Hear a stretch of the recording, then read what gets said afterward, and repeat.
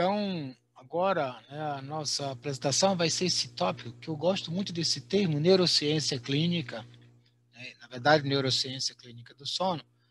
Né? A gente usa esse termo, neurociência clínica, no sentido de pensar, né, numa clínica utilizando hoje as novas abordagens da neurociência. Né?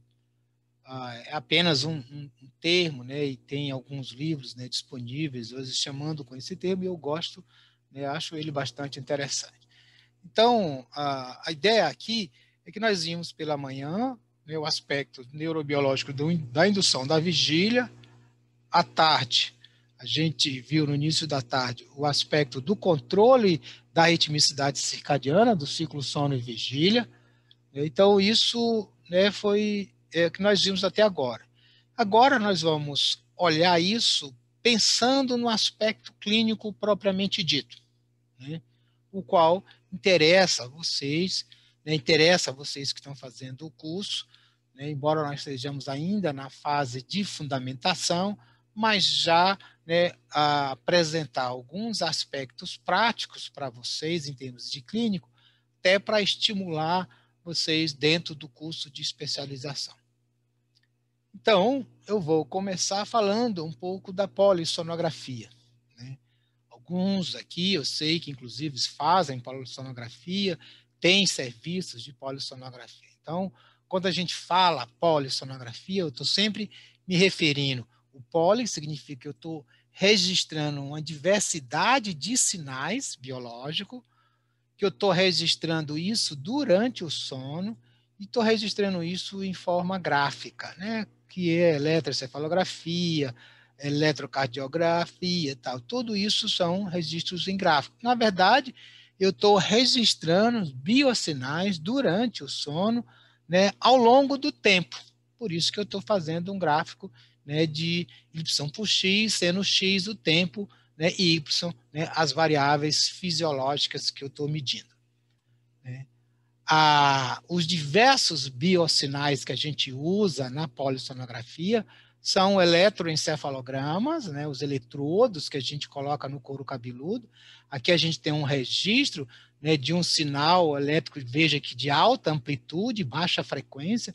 Né, nós temos aqui uma despolarização positiva e negativa de alta frequência, ou de baixa frequência e alta amplitude, e que de uma hora para outra muda para, né, um padrão, né, de alta frequência e baixa amplitude. Isso aqui é típico, né, de um padrão de sono para um despertar, né, ou um padrão de sono para um sono paradoxal ou sono REM.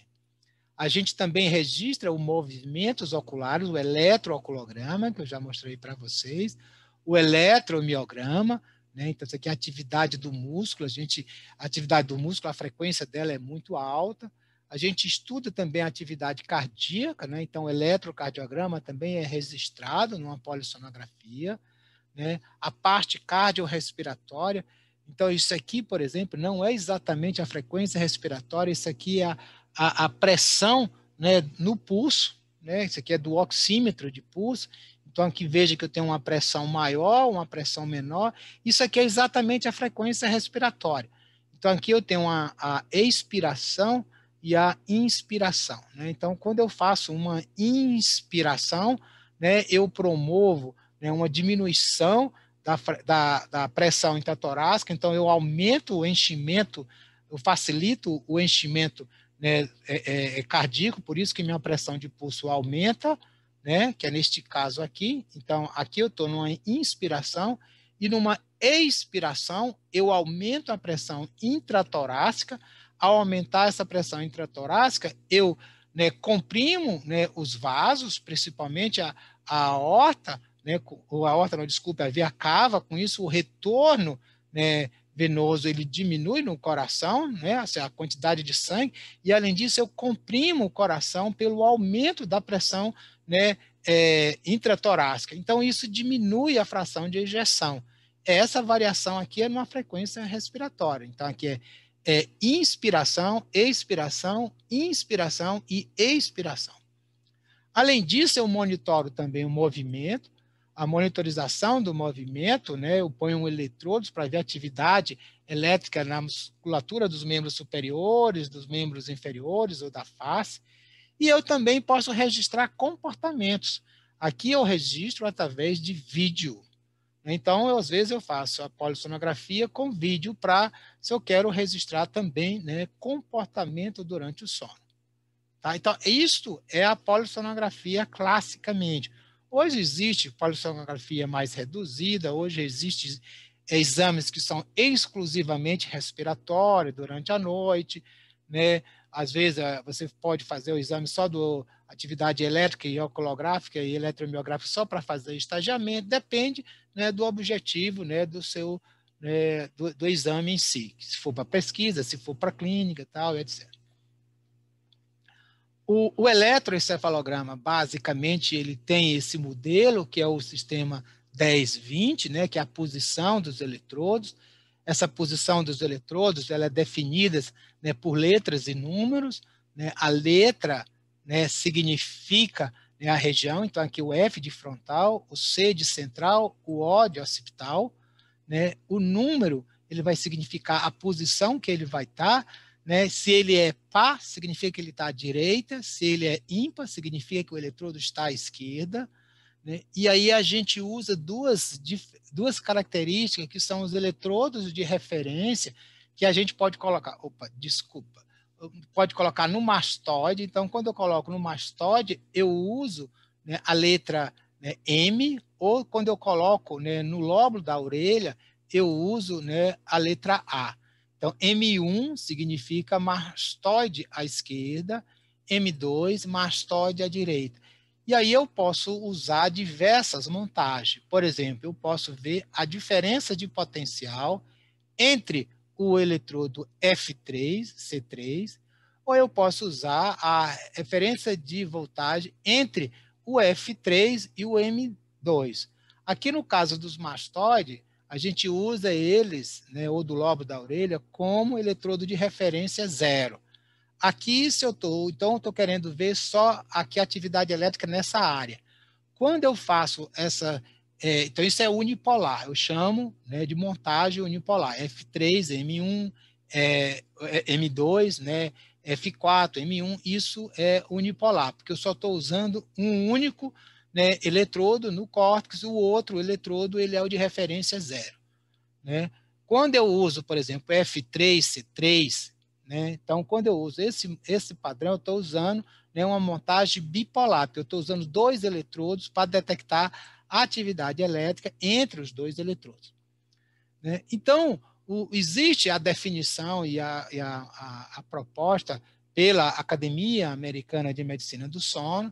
Então, isso aqui é o que é recomendado. Recomendado seria colocar três eletrodos no hemisfério esquerdo, 3 eletrodos no hemisfério direito, com, né, montagem, né, todos, né, com o mesmo eletrodo de referência, então tudo unipolar. Então, esse é o recomendado. O aceitável significa que é o mínimo que você pode fazer.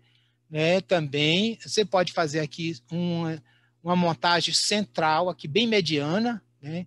Então, aqui o FZ é o frontal. Então, o FZ está pegando tanto, né, a atividade elétrica do hemisfério, né, esquerdo como direito, o CZ tanto direito como esquerdo, o OZ tanto direito como esquerdo.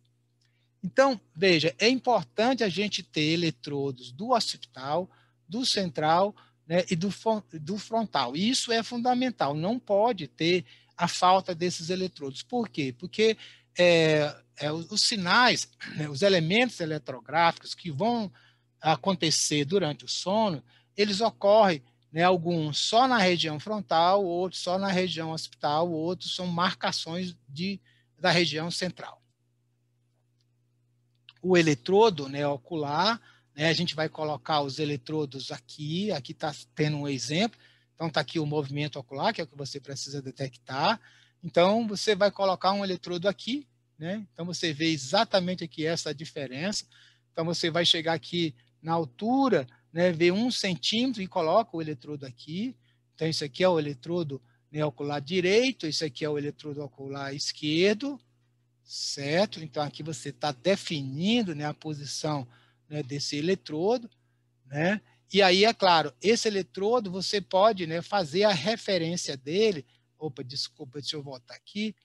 Com esse eletrodo aqui, ó, o FZ, né? Então, você pode deixar aqui, se você botou o FZ, o FPZ, você pode pegar esse eletrodo aqui e fazer com o eletrodo aqui, ó, do olho, né, direito e com o olho esquerdo, fazendo como referência, tá? Então, por isso que você coloca só um eletrodo. Às vezes, também você pode colocar um eletrodo central, se você não está usando o FZ, porque o FZ seria um pouco mais em cima. O eletrodo, para fazer o registro da atividade, né, muscular, para ver a atonia muscular, o ideal é você colocar no queixo. Então, aqui você coloca o eletrodo de referência bem no centro e coloca, né, um eletrodo aqui para o lado direito e para o lado esquerdo, né? Você ter as duas. O uso de dois eletrodos, na verdade, isso é obrigatório de um, mas o uso dos dois tem a grande vantagem, que é o quê? A grande vantagem é que se um dos eletrodos cai, você mantém ainda o outro eletrodo. Por que no queixo?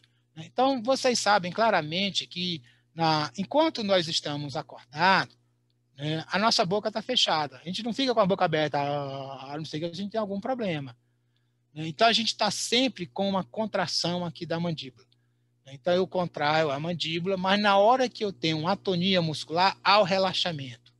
Então, e isso, né, a mandíbula ela tende a relaxar. Né? Então, você percebe, né, claramente, né, este relaxamento. Tá aí, inclusive, para os colegas, né, que é dentista, né, você tem, por exemplo, né, a síndrome de ranger os dentes, né, então você range os dentes, muitas vezes porque você tem alterações de comprimento da mandíbula, por algum outro problema qualquer, e na hora que você faz o relaxamento da musculatura, né, que relaxa, você tende, né, a ter um desvio da mandíbula. Na hora que você faz um desvio, você promove o estiramento. Imagina que se desvia, né, para a direita, que no meu caso, se desviou para a direita, você estira a musculatura, né? Na hora que você faz o estiramento dessa musculatura, você promove o reflexo de estiramento. Aí ele contrai, aí puxa para o outro lado, aí estira o músculo do outro lado, aí promove o reflexo de estiramento, e aí fica esse reflexo de estiramento toda hora, o lado direito, o lado esquerdo, e com isso gera, né, o ranger, né, dos dentes, podendo, né, ter prejuízo, né, gravíssimos, inclusive com quebras de dentes, né, em pacientes, né, que têm, né, o ranger dos dentes. Tá? Aqui essa diferença, uma das dificuldades maior de fazer, né, essa colocação é um indivíduo como eu, que usa barba. Né? Às vezes a gente pede para tirar a barba, ou às vezes a gente faz uma pequena depilação para facilitar colocar o eletrodo. Ok? Então, existe toda uma organização para a gente fazer dentro, né, da polissonografia. Um dos fatores importantes é o estagiamento, né, para fazer o score.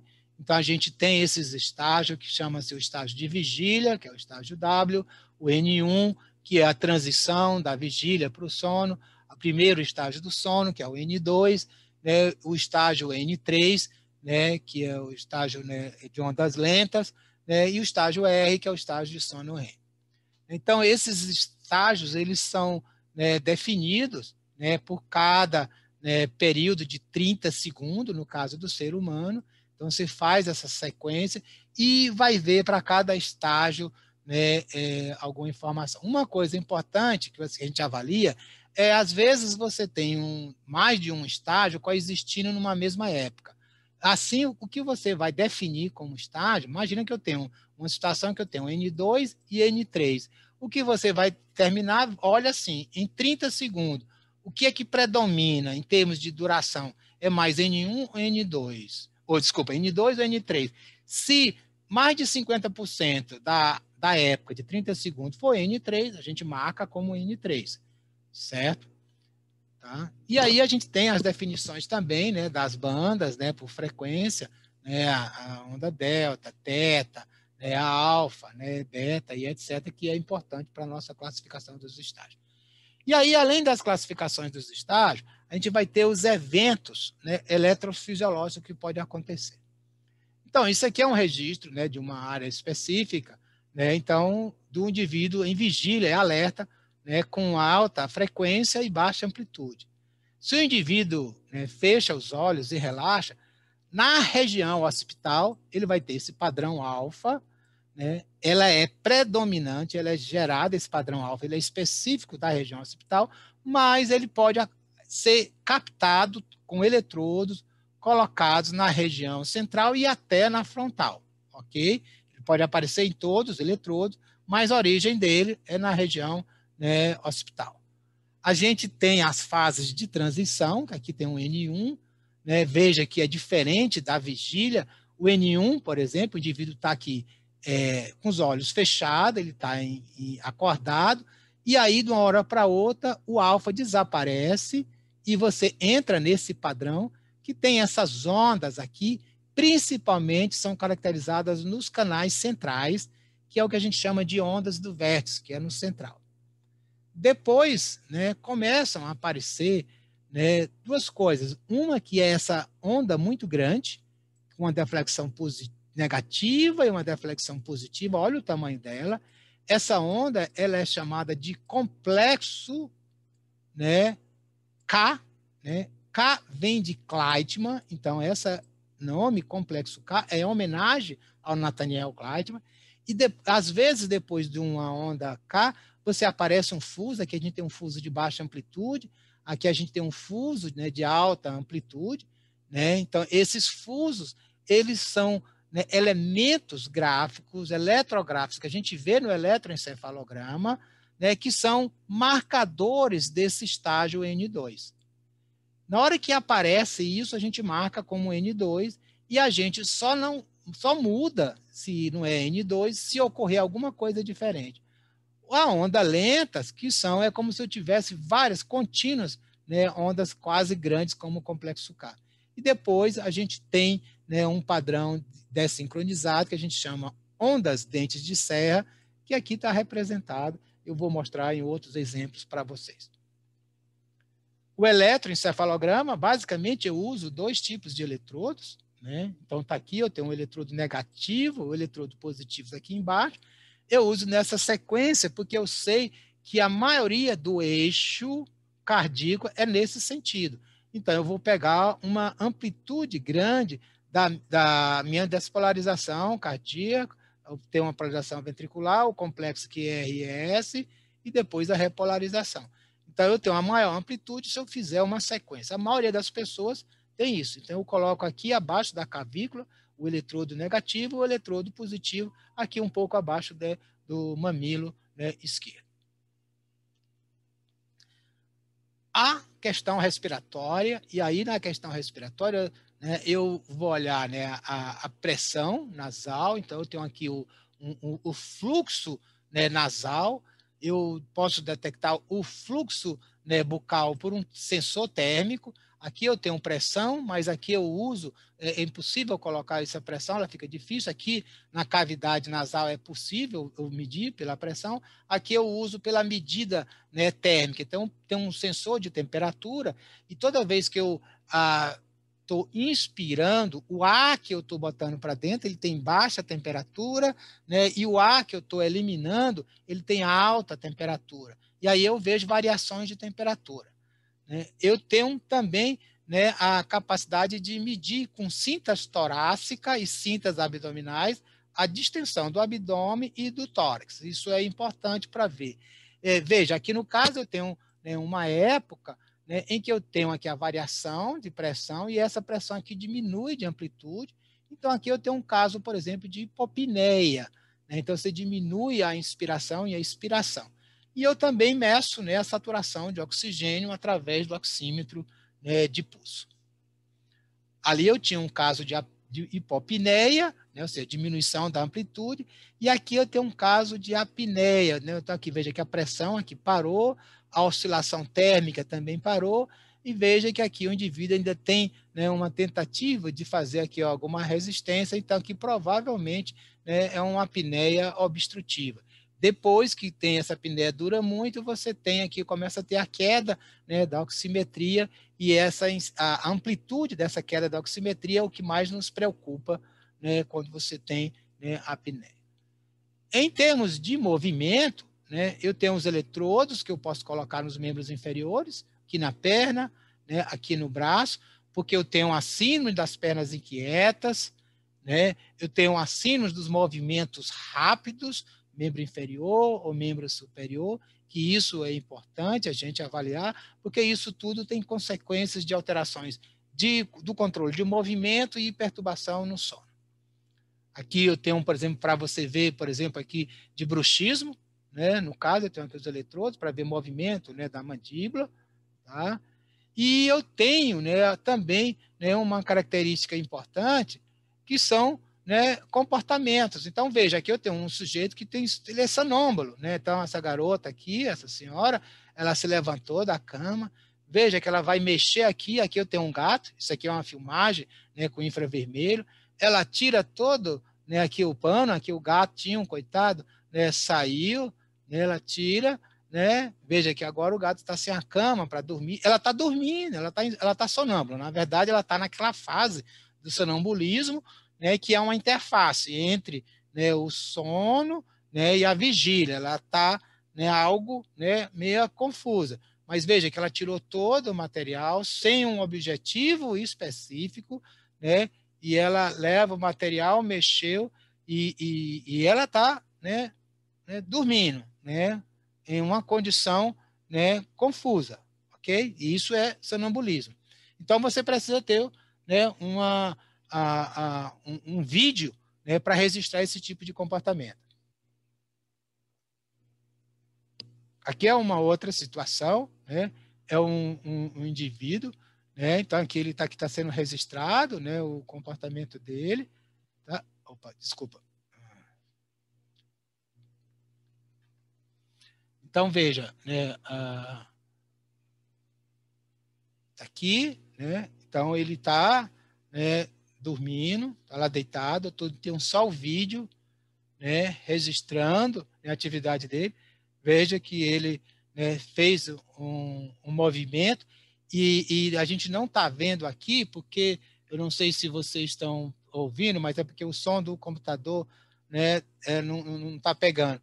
Mas o que, que esse paciente faz? Ele dá um grito. Ele fala, ah! O que? Na verdade, é um registro de um episódio, né, de terror noturno, né, desse paciente, certo? Então, como é que você fez o registro? Com uma câmera. Então, hoje, né, é fácil você fazer esse registro. Antigamente, fazer registro com câmera de infravermelho era algo bastante complexo, você precisava muito. Então, por exemplo, eu tenho aqui uma câmera, né, que eu uso, né, no meu laboratório de sono aqui, que eu vou mostrar para vocês, né, que é algo muito simples, né? Não sei se vocês conseguem ver, né, com qualidade, mas, por exemplo, essa câmera é uma câmera que custa, né, entre R$ 150 a R$ 200. Então, é uma câmera que eu coloco, né, um cartão SD, isso aqui fica, né, com infravermelho, eu posso passar isso para o paciente pode registrar isso em casa, ele pode colocar, por exemplo, né, com um local na tomada, deixa lá registrando a noite inteira, e eu registro todos os episódios de movimento, né, que ele faz, porque ela só vai registrar se ele fizer movimento, não só movimento, mas registra também o som que o paciente faz. Então, se eu tenho, né, uma questão, né, de uma suspeita que eu tenho alterações de comportamento, no caso, né, de o indivíduo, né, ele ter, né, alterações comportamentais durante o sono, eu posso registrar, e hoje é muito fácil fazer isso, né, e você pode fazer mesmo em casa, depois, né, o paciente traz para você, e você, por exemplo, vê o vídeo, e não precisa ter o vídeo de 8 horas, porque ele só vai captar o movimento, né, quando o paciente, né, faz, né, alguma alteração. Exatamente, Leonardo. Eu acho que isso nos ajuda muito, né, até porque hoje, com o desenvolvimento da tecnologia, a gente tem, né, esses sistemas mais baratos, mais precisos, né, e miniaturizados. Então, permite, né, você fazer, né, essas avaliações, né. Uma coisa que a gente precisa se preocupar, né, é com os artefatos, né?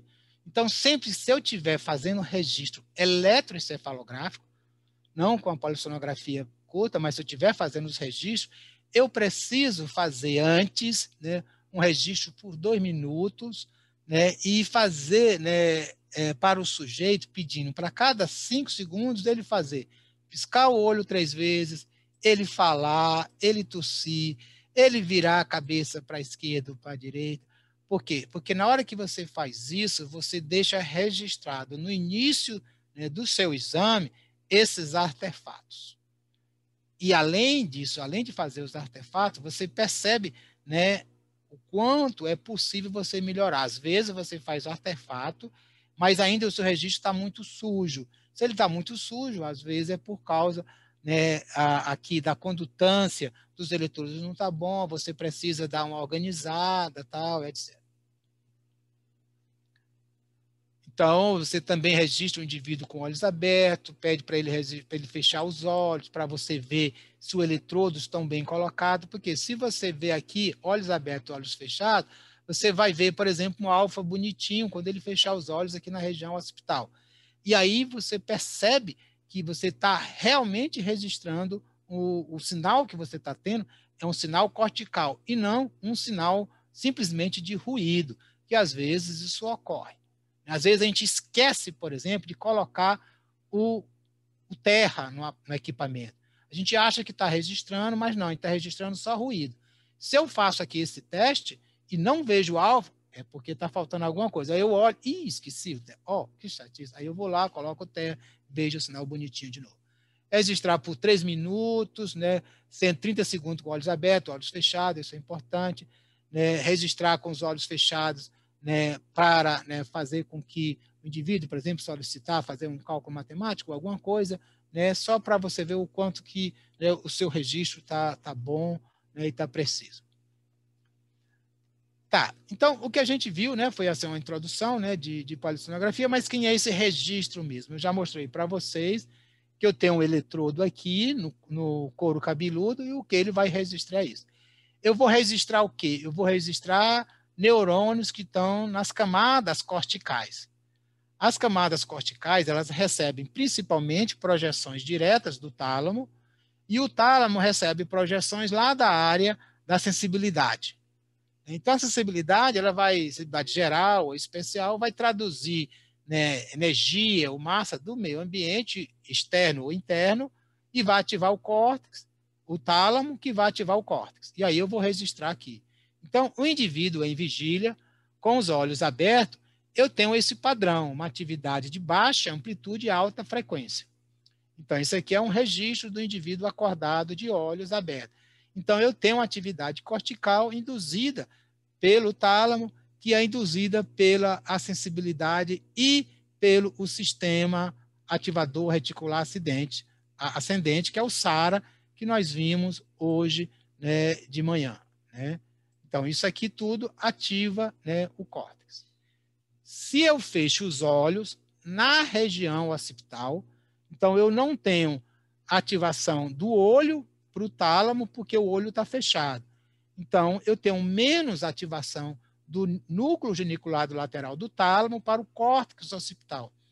Então, lá no córtex occipital, uma interação de um circuito, né, do próprio córtex, que é da camada 3, camada 4, camada 5 do córtex, gera um padrão que a gente chama de ritmo alfa.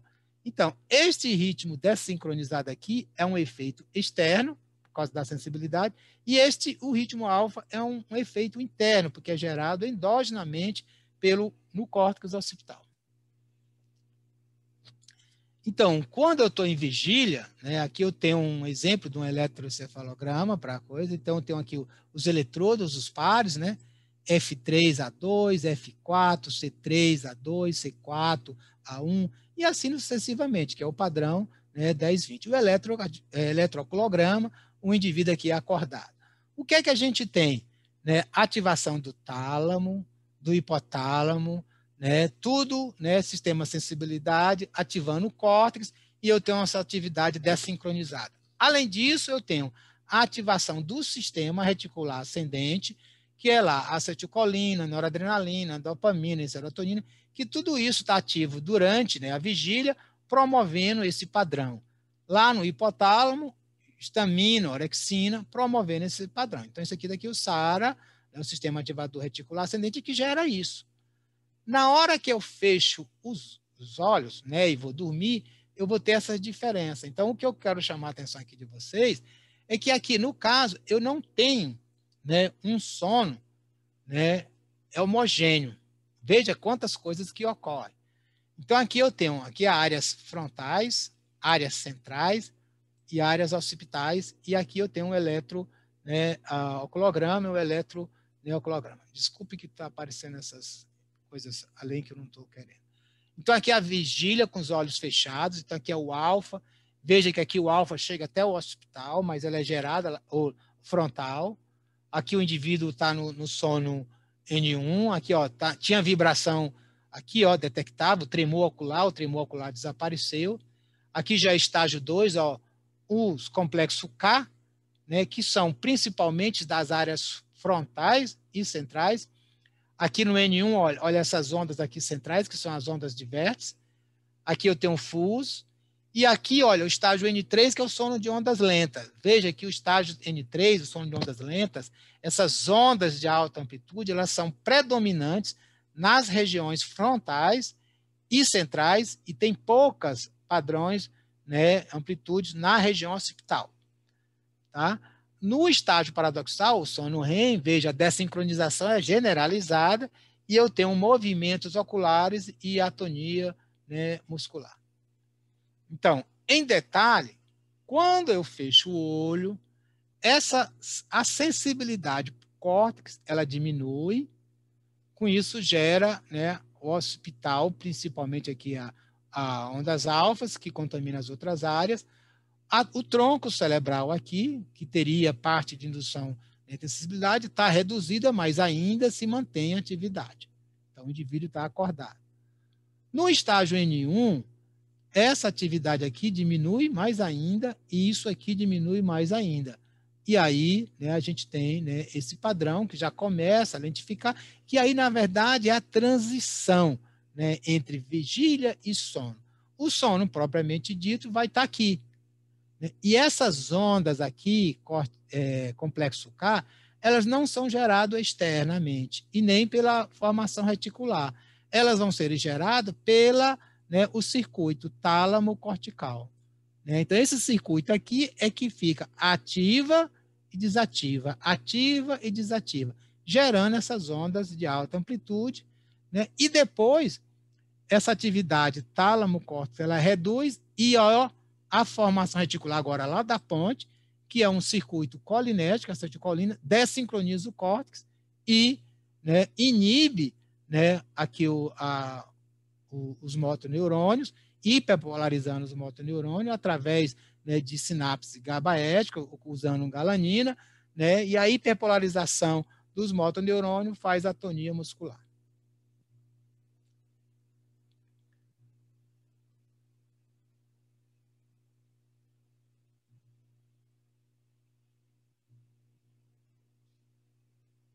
Deixa eu só voltar aqui uma coisa aqui para ver se eu consigo fazer.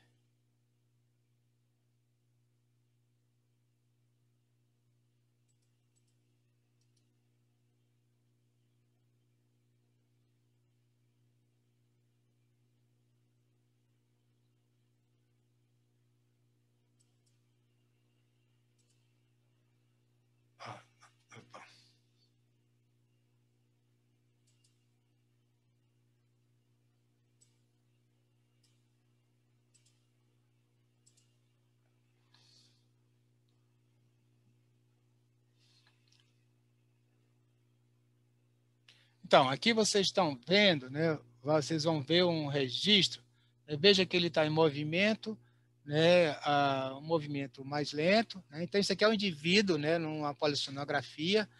Né? Ele está, né? Registro inicial, o indivíduo, né, ele está, né, acordado, ele está em vigília, né, então você está vendo, né, uma movimentação, né, desse sistema, né, e aí aqui o indivíduo, né, deixa eu voltar para cá, opa, o indivíduo está na situação, tá acordado, ele está acordado, aí veja que aqui ele está acordado, né, aqui ele já, né, fecha, né, os olhos, já já vai chegar aí para vocês. Então veja que aqui o indivíduo ele fechou os olhos, né? Então essa parte aqui o indivíduo está com os olhos, né, agora, né, fechado, ele ainda está acordado, tá? Então a gente tem aqui a alfa, vocês estão vendo aí a marcação, né, do alfa, né? E aí de uma hora para outra ele vai começar, né, a dormir. Então aí agora, né, vocês estão vendo que ele já tem, né, o sono, né, o indivíduo já está dormindo, tá? Então ele tem um registro, tá? E é isso que a gente vai vendo, né, ao longo, né, de uma noite. Aqui, ó, vocês estão vendo a variação na pressão do pulso, que a pressão do pulso está maior, menor, isso implica, né, na respiração, né, maior ou menor pressão intratorácica, né? Aqui a gente já está passando, né, para uma outra fase, né, que o indivíduo, por exemplo, neste caso, né, ele desperta, né, faz, né, a alfa aí, né, na região occipital, tá ok? Né, então ele vai vendo, depois ele vai chegando aí, ele está ainda, né, acordado, mas com os olhos fechados, veja a musculatura bastante, né, eu vou adiantando. Então, e aí, gradualmente, né, ele vai chegando, né, e passando a aprofundar o sono, né? Vamos lá. Opa. Então, veja as ondas aí que já começam, né, a aparecer. Aí vocês viram, né, que passou um complexo K, agora ele vai aparecer, né? Vocês vão ver aí um complexo K bastante grande. Então veja que esse complexo K ele é lá na maior amplitude, né, na região frontal. Então isso aí significa que ele já está em N2, né? Então ele está em N2, ele vai, né, chegar lá em N3. Olha, né, o complexo K bonito aí novamente, tá? Então, né, é isso que o novo complexo K, né? Então, isso que o sujeito, né, vai tendo, né? Então, aqui a gente tem, né, um outro padrão, né? Também que são vários estágios, né?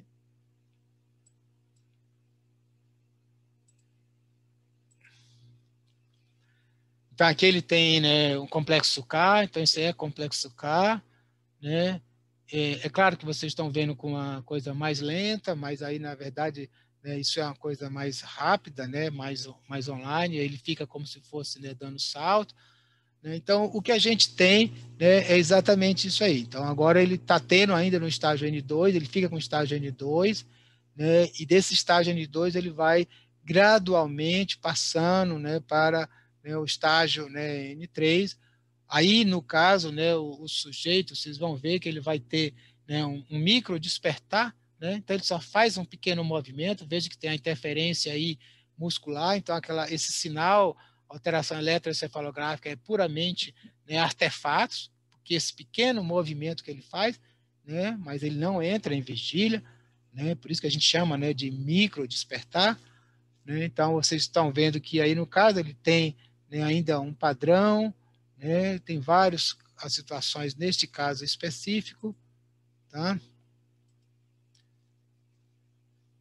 Aí vocês vão ver agora, né, um padrão que é típico, é de ondas lentas, típico mesmo que é o estágio N3. Veja a amplitude, regiões frontais,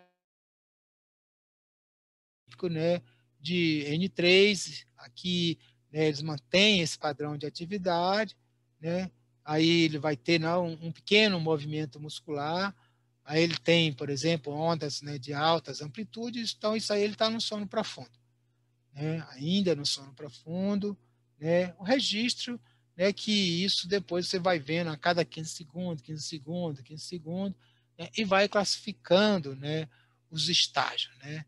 veja que aí o padrão, né, a amplitude das ondas são bastante grandes, né, o que representa, né, essa atividade, né?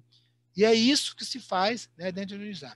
Lá na frente, né, lá no final do ano, a gente vai ter uma aula específica de polissonografia, onde eu vou detalhar isso. Se a gente estiver numa situação, né, já bem, eu espero que sim, a gente vai fazer isso na prática, vocês vão, quem não conhece, vai conhecer, ter a oportunidade de conhecer, né, os registros, o laboratório, quais são os cuidados que a gente pode ter, a gente vai utilizar vários, né, resultados de exame para vocês verem com detalhes, ficarem em dúvida, dizer, isso é N2, é N3, é não sei o que e tal.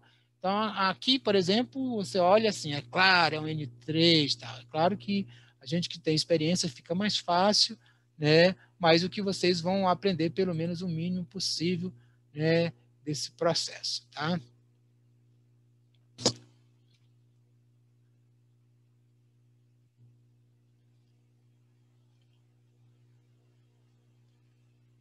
Aqui eu tenho um exemplo de um estágio de sono REM, aqui eu vou ter movimentos oculares, veja que aqui o padrão, né, é de desincronizado, né? Aqui são os olhos, né? Vocês vão ver o quanto que esses olhos, né, eles vão movimentar, tá?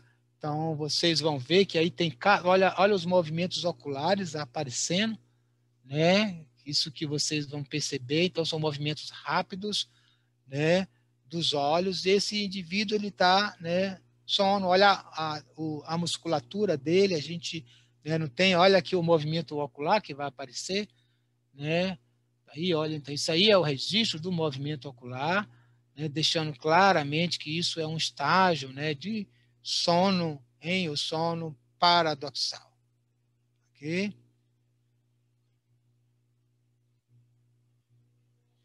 Então, né, o que é que cada coisa dessa ela representa, né, para a gente? Então, isso aqui é um diagrama, né, do hipnograma, né, um hipnograma mais clássico, e a gente vai dizer que isso aqui é o sono, a primeira metade do sono, a segunda metade do sono. Na primeira metade do sono, isso aqui ele ainda tinha né, o estágio 4, mas hoje esse estágio 4 a gente já não usa mais, tá? A gente não fala, né, mais em estágio 4, a gente só fala em estágio 3, então a gente não diz mais, porque a classificação antigamente de estágio 3 para estágio 4 era que se tivesse, né, ondas, né, de altas amplitudes que tivessem entre 15 a 50% da, a, da época era estágio 3. Acima de 50% era estágio 4. Na verdade, estágio 3 e 4, a gente chamou tudo de sono de ondas lentas e hoje a gente chama tudo de estágio N3. Então, é estágio N1, N2, N3. Então, o padrão é esse, está em vigília, faz a fase intermediária, estágio N2, N3 aqui, que seria desse jeito, né? Então, aprofundou, volta aqui para N2, e aí faz um pequeno episódio de sono REM, aprofunda de novo, né? E aqui, depois para outro episódio de sono REM, aprofunda de novo. E na segunda metade faz episódios grandes de sono REM, pouco sono profundo, N3, sono N2, sono REM, e assim depois desperta. Então, a predominância do sono de ondas lentas é na primeira metade da noite e a predominância de sono REM na segunda metade da noite. Isso implica que fisiologicamente o nosso cérebro é de um jeito aqui e aqui é de um outro jeito. E o que é que significa cada situação dessa? Na verdade, né, o que está acontecendo aqui é uma questão de sincronização. Então, o que ocorre, né, neste aspecto, durante o sono de ondas lentas, quando a gente vai ver, né, então, o que eu vou ver é isso aqui, né? Oscilações lentas. E o que são essas oscilações lentas? Quando eu estou registrando um neurônio individualmente, eu vejo isso aqui.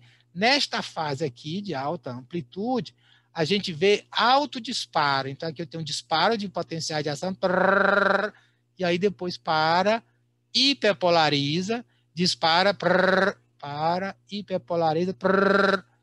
Então, na verdade, não é que a atividade oscilatória lenta que a gente registra no eletroencefalograma não é pouca atividade cerebral, é que essa atividade cerebral ela está, né, hiperativada, né, despolariza muito rápido, hiperpolariza, despolariza e despolariza. E o que é isso? Isso é aquilo que nós chamamos de reverberação. Então, são os circuitos neurais que ficam continuamente sendo ativos. E este mecanismo de reverberação ele é importante para a promoção, né, do que nós chamamos, né, de plasticidade sináptica ou de potenciação de longo prazo. E essa reverberação faz com que sinapse fique mais eficiente ou mais inibitória. Então, se essa sinapse, por exemplo, se for uma sinapse excitatória, ela vai ficar mais excitatória. Se for uma sinapse inibitória, ela vai ficar mais inibitória. Isso significa que aquele circuito neural ele vai ficar mais eficiente. E isso é o que a gente identifica que está acontecendo durante o sono de ondas lentas, o complexo K e fuso. Então, imagine, por exemplo, se eu tiver, né, eu não sei tocar piano, mas se eu tiver aqui um teclado e ficar treinando o dia inteiro, né, para tocar, por exemplo, Parabéns para Você, que é uma música elementar, né? Então, se eu fizer uma polissonografia no dia anterior, eu vou registrar, por exemplo, o número de complexo K e o número de fuso de ondas lentas. Se eu fizer uma atividade motora repetida de aprendizagem, na noite seguinte, eu vou produzir muito mais fuso e muito mais ondas lentas, porque aqueles circuitos motores que eu usei várias vezes ao longo do dia, no treinamento motor, eles vão reverberar durante o sono, produzindo exatamente isso aqui. Hiperativa e hiperpolariza. Hiperativa e hiperpolariza. E assim sucessivamente. Enquanto que durante o sono REM, o que vai acontecer, né, é um aumento, né, da síntese proteica. E esse aumento da síntese proteica ele tem como implicação a formação de novos botões sinápticos. Então, eu tenho, na primeira metade da noite, processo de reverberação, com facilitação sináptica, e na segunda metade da noite, formação de novas sinapses.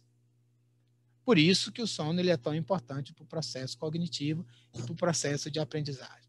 Que seria exatamente esse processo, né, que quando eu tenho aqui a potenciação sináptica feita durante a vigília, né, que vai acontecer, né, por causa que nós estamos aprendendo alguma coisa, e durante a noite, enquanto nós estamos aqui nessa fase, a gente vai ter, né, o processo de reverberação, né, tem essa reverberação aqui durante o sono de ondas lentas, e durante o sono REM, a gente vai promover a construção de novos botões sinápticos. Esses novos botões sinápticos aqui serão importantes, né, para, né, facilitar esses circuitos neurais. Isso tudo, né, a gente está vendo, né, durante o exame de polissonografia indiretamente pelo, né, aos estágios, né, do sono. Então, para finalizar, eu queria fazer uma grande sugestão para vocês, né? Existe esse curso chamado Sono, Neurobiologia, Medicina e a Sociedade. É um curso da Universidade, né, de Michigan, né, é um curso em inglês, né, mas que ele é gratuito, você pode assistir o curso inteiro gratuitamente. Ele é um curso muito bom, é um curso de qualidade, né, ele está lá no Coursera, tá? Então vocês podem, né, acessar esse curso. Eu sugiro fortemente vocês assistirem, fazer esse curso todo. Ele é um curso que ele tem a parte básica, a parte aplicada, né, a medicina, né, e a parte aplicada, né, à sociedade, e é feita, né, por grandes, né, especialistas, né, e por ser um curso, né, inclusive gratuito, né, ele é online, né, é claro que é uma forma de vocês complementarem, né, o curso de vocês, o curso de especialização que vocês estão fazendo, né, aqui. Eu recomendo, né, bastante, né, este curso. Né? Então, gente, eu